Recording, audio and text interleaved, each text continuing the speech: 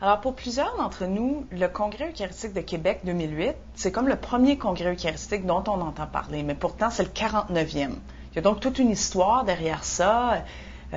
Pouvez-vous nous parler un peu de la fondation des congrès?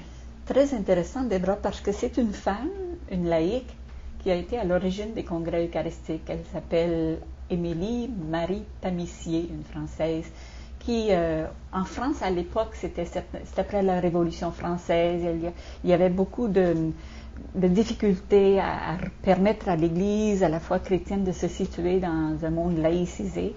Alors, Émilie a eu cette idée d'organiser des réunions qui avaient comme but essentiellement l'étude du mystère eucharistique. C'était vraiment centré sur l'approfondissement du mystère et accompagné par le Saint Pierre-Julien Aymar, le fondateur des Pères du Saint-Sacrement. Tranquillement, les congrès eucharistiques se sont mis en branle en France d'abord, et après ça s'est étendu à divers pays, dont le dernier est à Guadalajara, au Mexique, comme on le voit dans la présentation de notre congrès qui s'en vient sur le site internet du Congrès eucharistique. C'est intéressant aussi de voir qu'en 1910, il y a eu un congrès eucharistique au Canada. Le premier congrès eucharistique au Canada a eu lieu en 1910 à Montréal.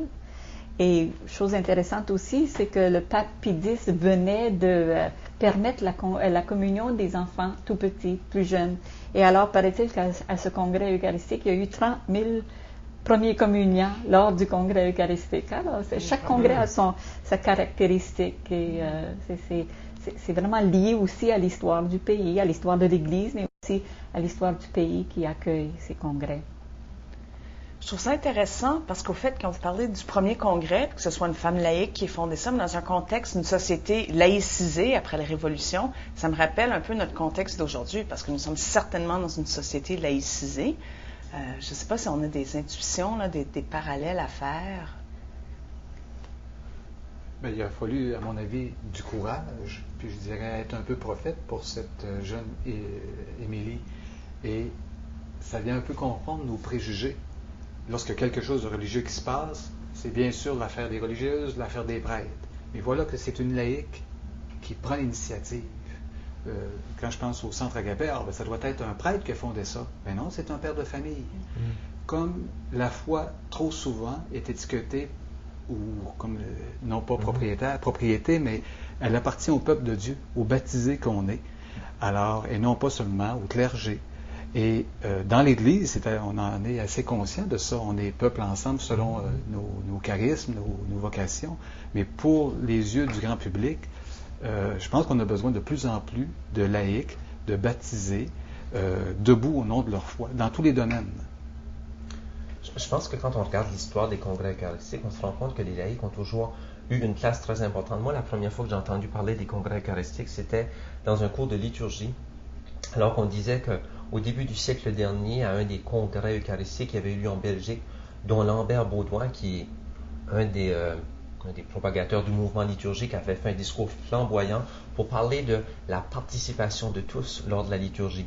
Et c'est ce qui avait donné vraiment le coup de lancement au mouvement liturgique, dont les intuitions ont été confirmées au Concile Vatican II. Donc c'est pour dire comment, déjà au début du XXe siècle, lors des congrès eucharistiques, on parlait et on valorisait la participation active de tous lors de l'Eucharistie. Donc la participation des laïcs était au cœur du congrès. Et ça confirme une donnée dans toute l'histoire de l'Église. C'est souvent à partir du peuple croyant que les mouvements de renouveau, que les intuitions surgissent. Et parfois, ça bouscule justement les institutions en place. Et c'est très bien ainsi. C'est le caractère charismatique au sens profond du mot, du peuple de Dieu, l'Esprit Saint qui travaille dans les cœurs et suscite des personnes comme Émilie Pamissier et beaucoup d'autres.